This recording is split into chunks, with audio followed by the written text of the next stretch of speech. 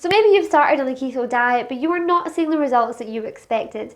In this video, I'm going to be giving you my top tips on what to eat for weight loss on the keto diet.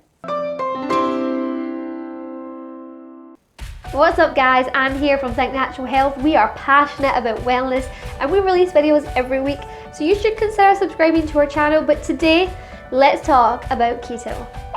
In my previous video, I went over the basics of what keto is and how to do it, and if you missed that and you haven't seen it, you can check the card above now and you can go ahead and watch that.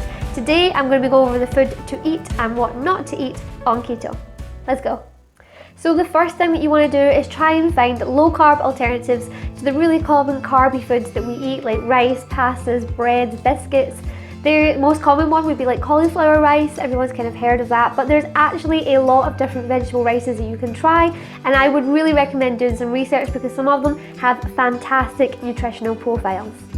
The second thing you're going to want to make sure and do is eat plenty of nutrient-dense fats. I'm talking about grass-fed butter, really high quality olive oil and coconut oil and avocados. Stay away from the heavily refined oils and butters.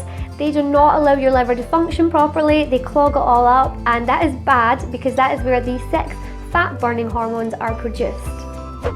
So some really great examples of food that you want to eat on keto would be cruciferous vegetables. I'm talking kale, cabbage, broccoli, Brussels sprouts. There's an amazing recipe for cauliflower wraps that I'm going to link down below. It's a great substitute, it's really easy to make, and it will help you miss carbs just that little bit less.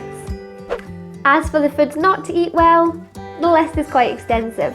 So we know not to eat carbs, we've been over that, but there are several other things that you should bear in mind. So when trying to pick healthy foods on the keto diet, you want to bear a few things in mind, and one of them is that you don't want to spike your insulin levels more than what you have to.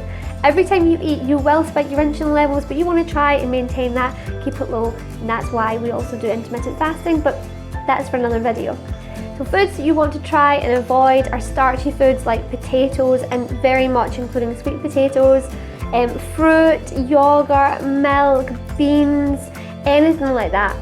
I know that each of those foods sound healthy on its own, and it is. A lot of them have really great nutritional properties, but sadly they also score high on the glycemic index, which means that you're going to end up with a massive spike in insulin, and that is a huge no-no. When your insulin spikes that high, when these things are converted really quickly into sugar, you end up putting the fat burning process on hold from anywhere between 24 hours and 72. That is a huge no-no on keto.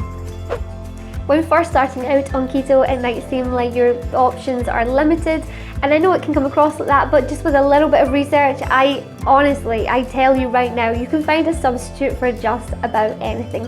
And I have some of my own that I will be doing in another video. There you have it guys, follow these tips and avoid these traps, and I guarantee you're going to start to see some really great weight loss. Have fun on your keto journey, make sure and put any comments you have down below, and I will see you in the next video. Bye!